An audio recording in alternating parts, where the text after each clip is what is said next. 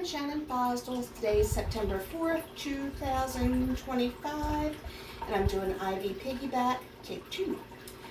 So I'm going to go to my computer before I go to the patient's room, and I'm going to look up their medication and make sure I'm doing the right medication, the right patient, the right dosage, the right route, and I'm giving it at the right time.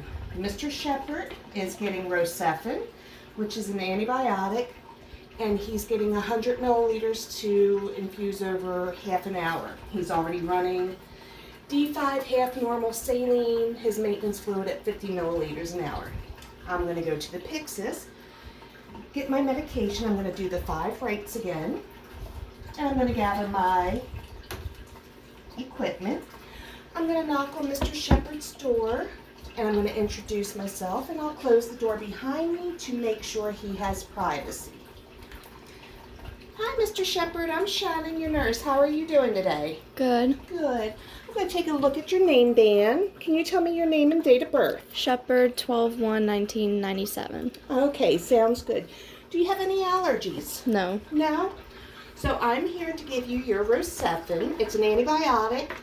And just so you know, with antibiotics, you don't want to finish them too soon. You want to use them for their whole length duration. You also might get some diarrhea too. That's normal with antibiotics. Okay? Okay. I'm going to check his IV out just to make sure there's no signs of infiltration or phlebitis. Everything looks good.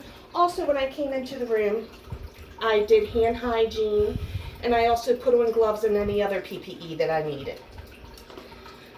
So I'm going to be at the computer, making sure again that I have the right medication, the right patient, the right dosage, and I'm giving it to him through his IV, so the right route and the right time. Now, I'm going to go over here. I'm going to hang the antibiotic higher than the maintenance fluids, and I'm going to spike the bag, making sure not to touch the inside when I take the cap off, or this area when I release that cap.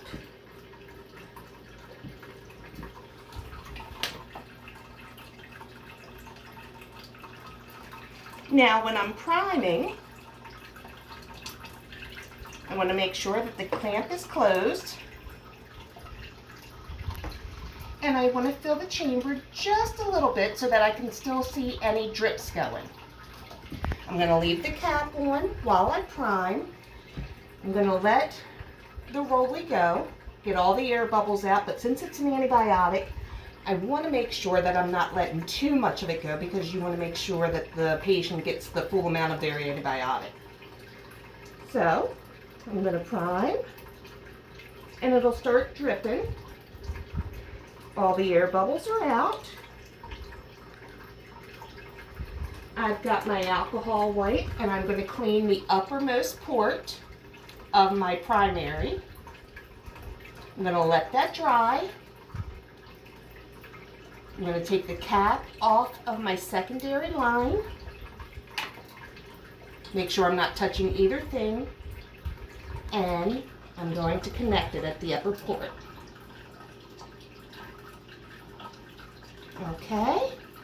Make sure all my clamps are undone. My infusion is flowing.